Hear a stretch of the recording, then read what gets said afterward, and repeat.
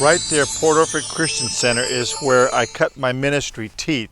I was licensed and ordained by the Assemblies of God in this building, and primarily I was an associate pastor, but I specialized in working with the youth, along with Gary Dorn, some wonderful young men that volunteered, Jack Basie and others that really came alongside to help support the work that I was doing here. I was on staff and they volunteered to serve.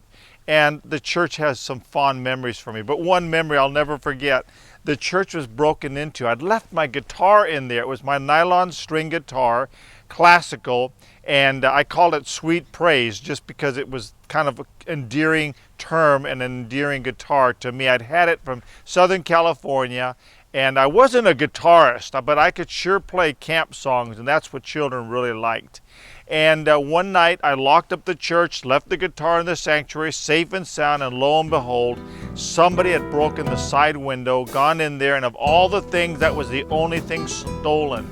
So what I did is immediately went in town and placed an ad saying, reward if Sweet Praise was found. But it'd be very easy to find my guitar because it had a social security number on it.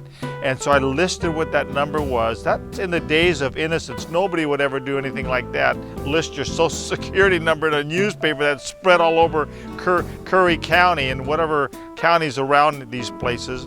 And so I asked the youth also, because I figured they could do some investigation. And they went to the high school, asked all the students if they'd seen anybody with Sweet Praise, and one or two of the students saw a hitchhiker going south of town, and they said they had seen him with a guitar on his back that looked similar to what I described. And so I followed up on it, and I did, dead ends. But the newspaper paid off for me, because about 2 or 3 days after that, I got a phone call from a lady in Gold Beach, and she said that I bought the guitar in innocence, not knowing that it was stolen. But I see your social security number 57364, and she went on to rattle off the number. I go, that's my guitar. She said, would you mind paying me back at least for what I paid for it, because I'd like to get my money back if I'm gonna give it back to you. I go, absolutely, don't even apologize. It's the least that I could do is give you the guitar that I loved so much. And so I bought back Sweet Praise. It's a wonderful redemption story, because that's exactly what God did for us. He purchased us after the enemy came into the garden and stole us and took us out of town, hitchhiked out of town, out of the garden, swept us up with him. We were barred from the tree of life, but God had an eternal plan that he would redeem us by sending his only begotten son, Jesus. So when Jesus came, he purchased us by his blood.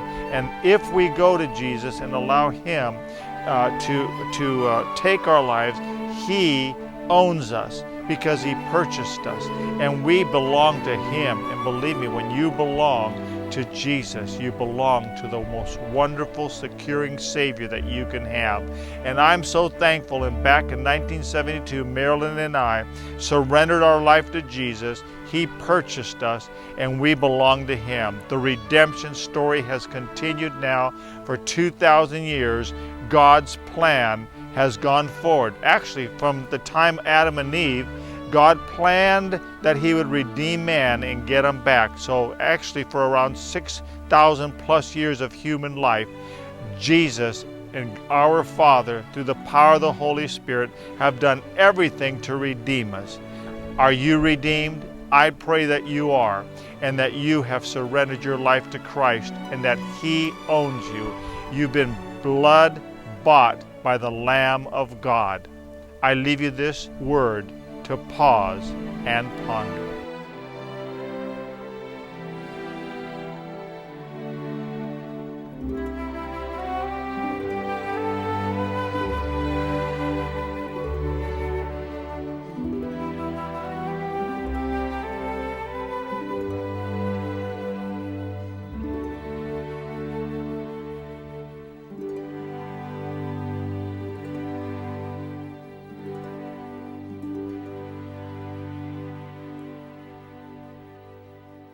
This is Little Bear.